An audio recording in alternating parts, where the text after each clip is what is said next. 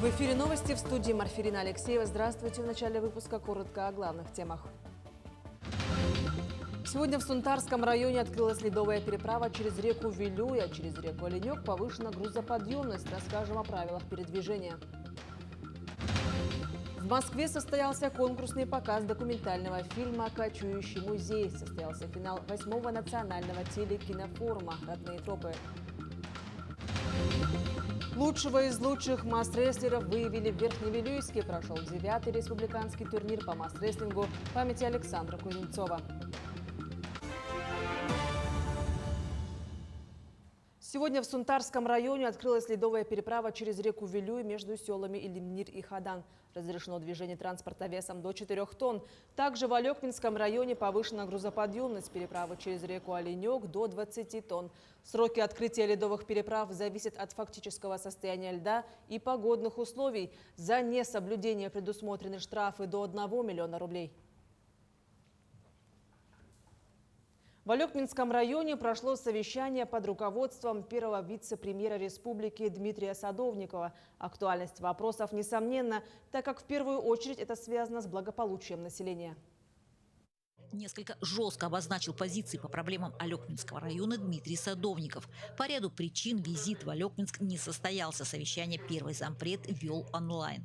Надо отметить, что со стороны правительства идет и контроль, и поддержка. Это подчеркнул народный депутат от Алекминского района Алексей Колодезников. Вопросы Алекминского района находятся на контроле и постоянно обсуждаются на уровне главы республики Александра Сергеевича Николаева, что он только в этом году несколько раз был. И видите, вот и на уровне правительства республики сегодня первый заместитель председателя правительства Садовников Дмитрий Дмитриевич проводил совещание. И оно называлось по проблемным вопросам Алекминского района. Главные позиции – ход отопительного периода, ввод жилья по программе переселения и, разумеется, выплаты, связанные с паводком. Вторым вопросом о рисках обеспечения теплоснабжения города Алекминска и целого района засуши. Конечно, очень важно, чтобы люди чувствовали поддержку. И то, что отработано на федеральном уровне, очень короткий период, сейчас уже начало декабря, чтобы все-таки в декабре месяце граждане смогли эту компенсацию получить. Внимание к вводу жилья в Алекминском районе связано в том числе с одним из объектов, который планируется открыть. Для нас этот дом важен тем, что по поручению главы республики мы сейчас в городе Алекминске отрабатываем по тому, чтобы открыть здесь семейный многофункциональный центр.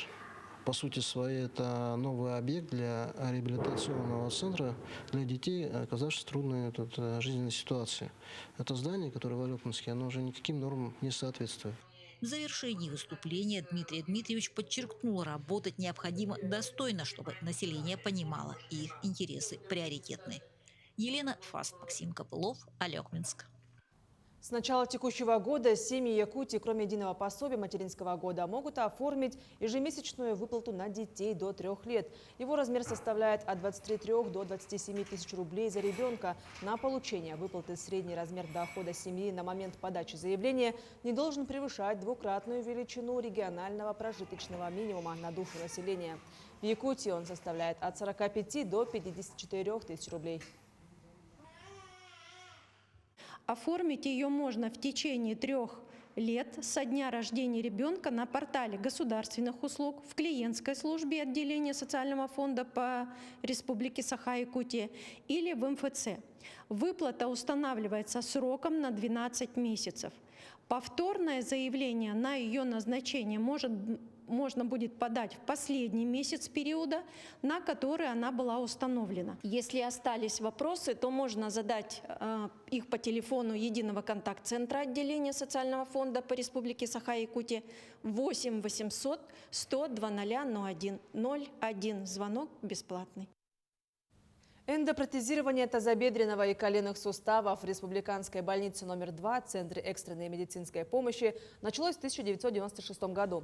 За это время врачами было выполнено около 5000 операций. В этом году по плану стоит проведение почти 900 хирургических вмешательств. На сегодняшний день выполнено порядка 700 операций по эндопротезированию, из которых 72 сделаны в рамках работы мобильных бригад на базе центральных больниц республики.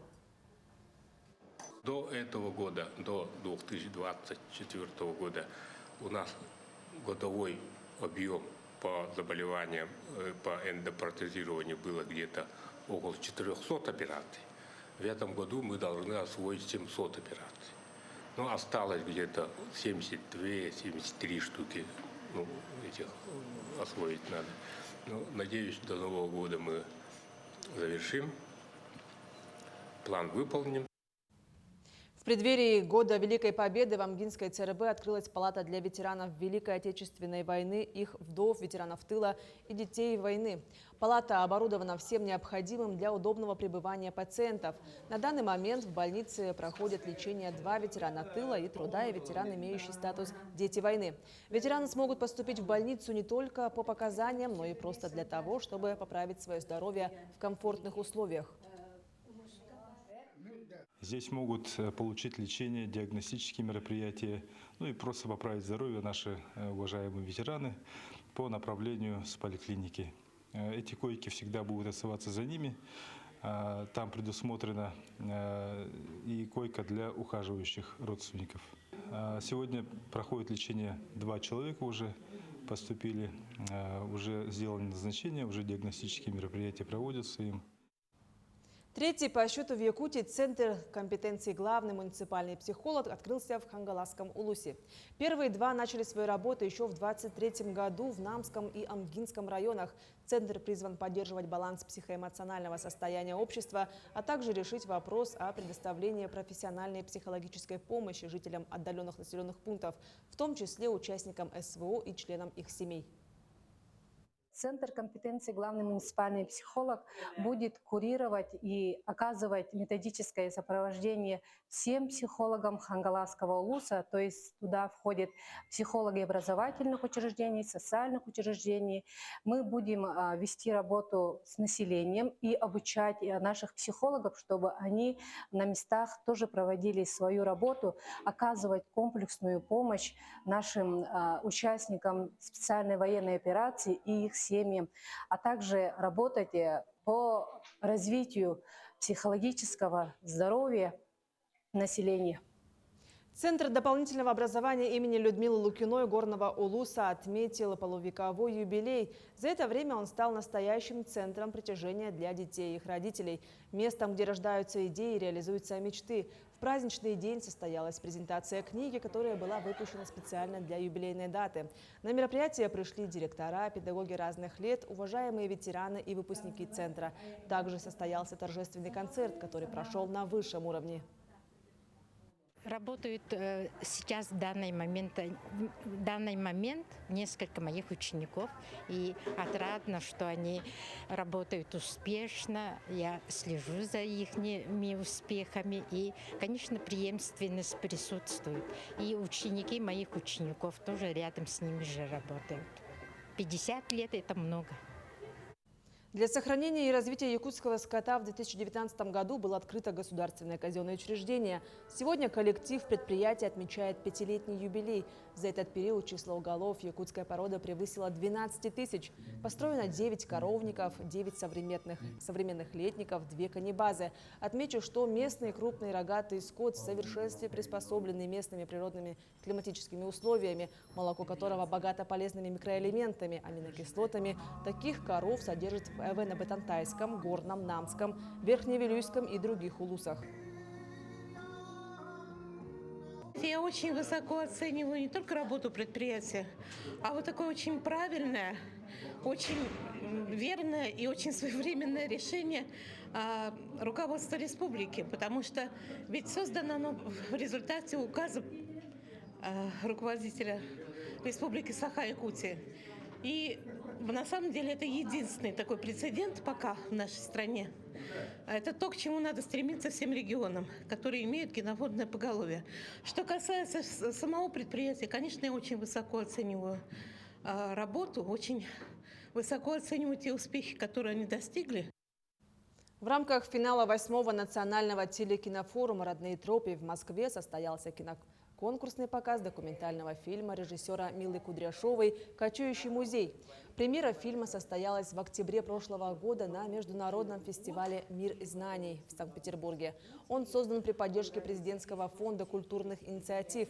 Фильм был снят в Якутии и Санкт-Петербурге и рассказывает о команде кочующего музея, которая больше чем за 10 лет объездила все улусы республики и представила выставку «Мотивы Севера» в Российском этнографическом музее.